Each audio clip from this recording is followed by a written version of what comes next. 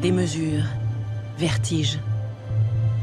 Le Maersk Mc-Kinney Møller est à ce jour le plus grand porte-conteneurs au monde. « 400 mètres de long, 59 mètres de large.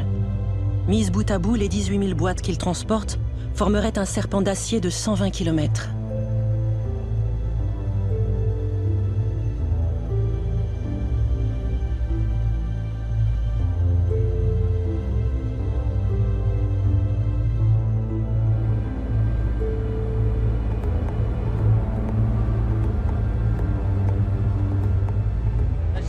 La taille du vaisseau, c'est environ 4 terrains de football. C'est plutôt un bon bateau.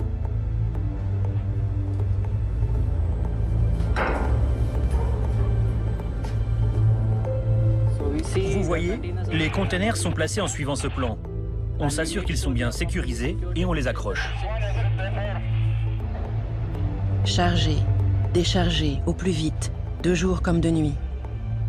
Dans les boîtes transportées par le Maersk Mc-Kinney Møller, on trouve des meubles, de l'électroménager, des ordinateurs, des vêtements, des pièces détachées pour l'automobile, des jouets, des engrais, du fer, du verre, de la pierre et du carrelage, de la fourrure, des articles de sport, des œuvres d'art et des antiquités, des parapluies, des ombrelles et des cannes, mais aussi des produits laitiers, du vin, des plantes, de la viande ou des graines. Le conteneur est une des révolutions du commerce dont on n'a peut-être pas assez parlé, parce que sans le conteneur, il aurait été difficile, voire impossible, d'avoir le niveau d'échange que nous avons à l'heure actuelle. Il est arrivé quelque chose d'exceptionnel dans le transport maritime. C'est une boîte standardisée, déterminée par sa taille. C'est l'EVP, l'équivalent 20 pieds. C'est une mesure, une norme qui fonctionne partout. Il y a des containers de 20, de 40 pieds qui peuvent aller sur n'importe quel moyen de transport. Il n'y a donc pas de rupture de la chaîne de transport.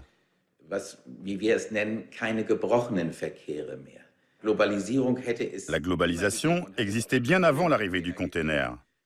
Mais le moteur de cette globalisation, en tout cas l'élément central de cette globalisation, c'est le container.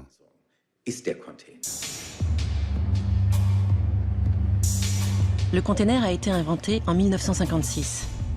Un entrepreneur américain, Malcolm McLean, a eu l'idée de séparer les remorques de camions de leur châssis pour pouvoir les empiler sur un bateau. C'est pendant la guerre du Vietnam que la boîte utilisée pour ravitailler l'armée américaine va s'imposer. La globalisation d'aujourd'hui, comme les vagues précédentes de globalisation dans l'histoire de l'humanité, sont le produit de révolutions technologiques. Le sextant, qui permettait de savoir où on était approximativement, c'est ça qui a permis la traversée de l'Atlantique. Ensuite, il y a eu la machine à vapeur, il y a eu l'hélice, et à chaque fois, le coût du transport a rétréci. Et le conteneur est à mettre au même rang que ces grandes inventions de l'humanité, parce que l'impact que ça a eu sur le coût de la tonne transportée est gigantesque.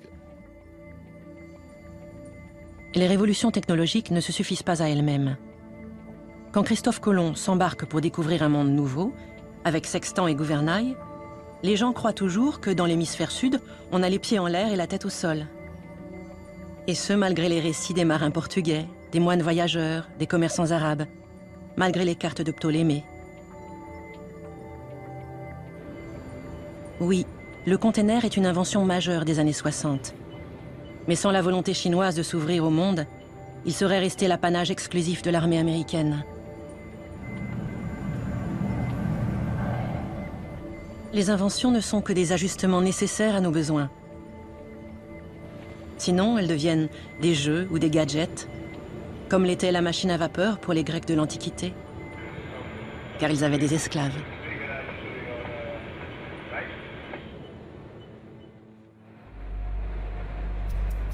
Le port de Rotterdam est le plus grand port d'Europe. À la fin du XXe siècle, il était le premier port du monde, mais il a été dépassé par Shanghai, Tianjin et Singapour.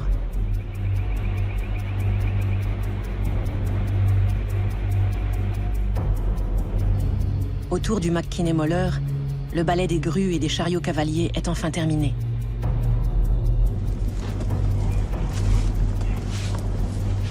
C'est une des escales les plus longues que nous avons pu faire, à cause du mauvais temps, bien sûr.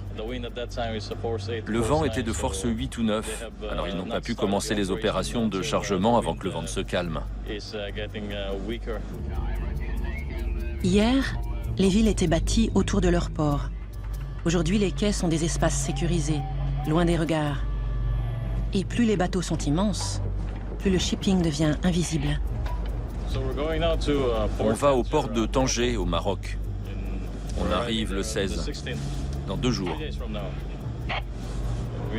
On assure une ligne Europe-Asie. Rotterdam est une escale régulière. Et le Maroc aussi, c'est une étape régulière du bateau.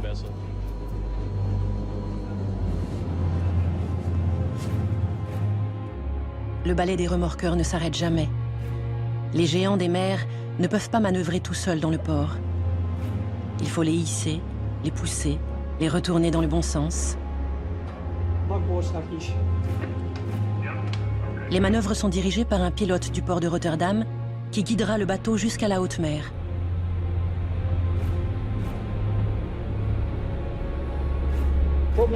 Le problème avec ces géants, c'est le tirant d'eau et la longueur, surtout quand c'est venteux, car ils prennent beaucoup de vent au mètre carré. Pour les remorqueurs, c'est un problème dans le virage, en sortant du port d'Europe Haven qu'on vient de quitter. Il y a aussi le canal, il y a trop d'activités et on doit faire attention.